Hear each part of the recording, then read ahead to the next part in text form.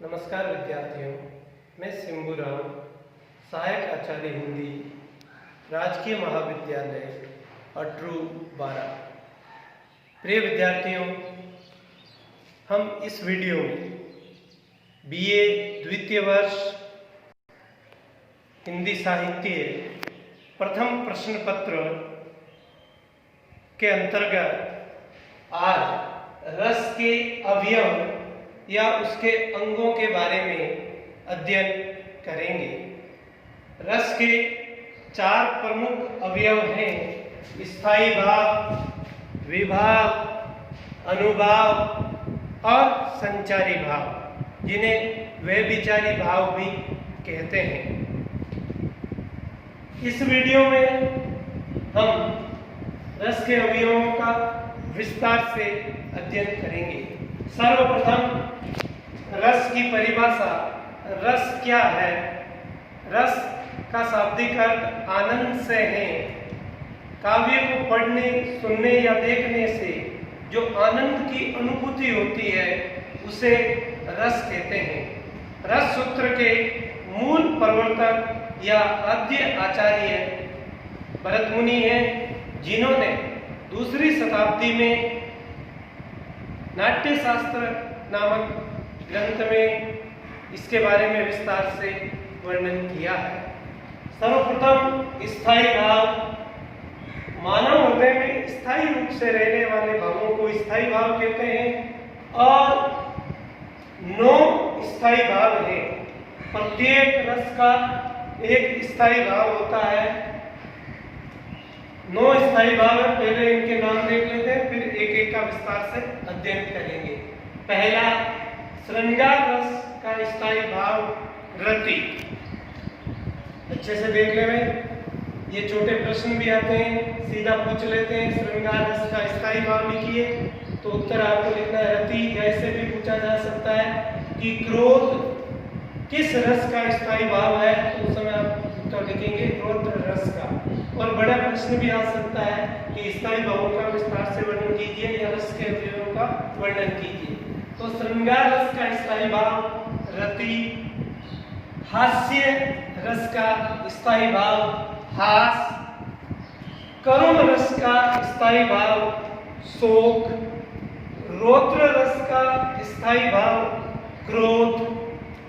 वीर रस का स्थायी भाव उत्साह। विभत्स रस का स्थायी भाव जुगुप्सा। भयानक रस का स्थायी भाव भय। अद्भुत रस का स्थायी भाव विस्मय। शांत रस का स्थायी भाव निर्वेद या शांत। तो ये जो अपने 9 स्थायी भाव हैं, प्रत्येक रस का एक स्थायी भाव होता है, उसका अध्ययन किया। प्रत्येक का विस्तार से अध्ययन कर लेते हैं। स्थायी भाव। मानव हृदय में स्थायी रूप से स्थिर रहने वाले भावों को स्थायी भाव कहते हैं। जब इन स्थायी भावों का संयोग विभाव, अनुभाव और व्यभिचारी भावों से होता है, तब रस के रूप में वह व्यक्त होते हैं। पहला, श्रृंगार रस का स्थायी भाव रति। नायक नायिका का पारस्परिक प्रेम रति कहलाता है। दूसरा, हास्य रस का स्थायी भाव हास या हंसी। वाणी, अंग या वेशभूषा की विकृति को देख करके चित्त में जो विकार उत्पन्न होते हैं, उन्हें उससे हास या हंसी कहते हैं। तीसरा, करुण रस स्थायी भाव शोक। प्रियजन, बंधु तथा वैभव आदि का विनाश हो जाने पर चित्त में उत्पन्न व्याकुलता। अगला, रौद्र रस स्थायी भाव क्रोध। अपमान व प्रतिकूल कार्य करने वालों के प्रति मन में उत्पन्न तीव्र आक्रोश। अगला, वीर रस स्थायी भाव उत्साह। शुभ कार्य के लिए मन में उत्पन्न आवेश या उल्लास। भयानक रस, स्थायी भाव, भय, हिंसक प्राणियों या बलवान शत्रुओं को देखने से मन में उत्पन्न कायरता का भाव। विभत्स रस, स्थायी भाव, जुगुप्सा, घृणित वस्तु को देखकर उसके प्रति मन में उत्पन्न घृणा। अद्भुत रस, स्थायी भाव, विस्मय, अलौकिक घटना या वस्तु विशेष को देखकर मन में उत्पन्न आश्चर्य का भाव। अंतिम शांत रस, स्थायी भाव, निर्वेद या सम, मन में वैराग्य या विरक्ति का भाव उत्पन्न होना। स्थायी भाव सुसुप्त अवस्था में रहते हैं। अगला दूसरा रस का अवयव विभाव। विभाव के दो भेद होते हैं, आलंबन और उद्दीपन विभाव। मानव हृदय में स्थायी भावों अर्थात प्रधान मनोविकारों को जागृत या उद्दीप्त करने वाले कारणों को विभाव कहते हैं। यानी विभाव वे कारण होते हैं जो स्थायी भावों को जगाते हैं। वह कारण जो स्थायी भावों को जगाते हैं उन्हें विभाव कहते हैं। विभाव के दो भेद हैं, आलंबन और उद्दीपन। आलंबन विभाव वह विभाव जो मानव हृदय में स्थायी भावों को जागृत करते हैं उन्हें आलंबन विभाव कहते हैं। दूसरा उद्दीपन विभाव वह विभाव जो स्थायी भावों को तीव्र करते हैं, प्रदीप्त करते हैं या उत्तेजित करते हैं या बढ़ाते हैं उन्हें उद्दीपन कहते हैं। आलंबन की चेष्टाएं उद्दीपन विभाव कहलाती है। वातावरण में देश काल उद्दीपन विभाव है।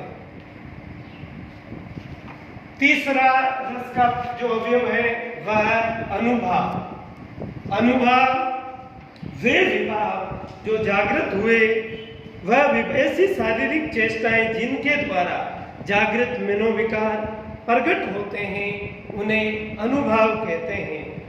आश्रय के मनोबद्ध भावों को व्यक्त करने वाली शारीरिक चेष्टाएं अनुभव कहलाती है।